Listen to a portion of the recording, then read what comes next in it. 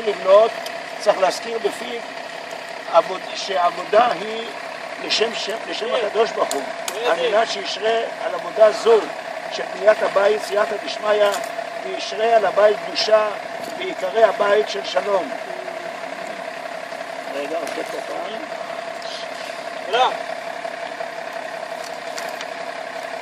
על פי מאמר רבותינו זיכרונם לברכה, והלכת בדרכיו, מהו בקודש בריך הוא הרי אסתכא דאורייתא ובעלמא, כמו שהקדוש ברוך הוא הסתכל בתורה שהיא התוכנית האדריכלית של הקדוש ברוך הוא, שהתחלתו באבן שתייה, הכוונה אבן שתייה כמו ש... לא אבן שתייה שממנה יוצא מים, בבית המקדש השני לא היה ארון הברית, ארון הלוחות בקודש הקודשים, אלא הייתה אבן השתייה, אבן היסוד.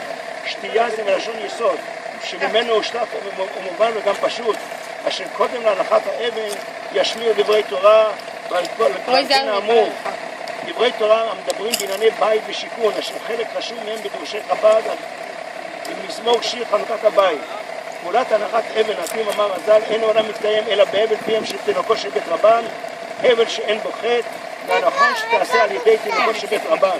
זאת אומרת, נכון לעשות שהילד, תינוק של בית רבן, יניח את האבן בתוך היסוד. זה כבר מוכן. פעולת מנחת, כן, על פי הכתוב, כה אמר השם אלוקים, הנני יסד בציון אבן באבן, בוחן פינה תקרא מוסד מוסד. נכון שאבן הפינה תהיה בדווקא אבן אשר בידי שמיים, שאף שאחרי זה אפשר להוסיף עליה גם מלט, עניינים שבידי אדם, והרי מתאים זה גם לעניין ברוחניות, שהתחלת יסוד כל בניין בדבר הוא ניתן כוח ממעלה בקרות הלילה, אלא.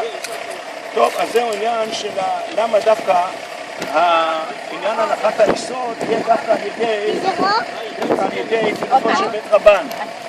ולכן אנחנו ניתן עכשיו להועיל לפרוט פה את האבן בפנים. אני דובד אותך.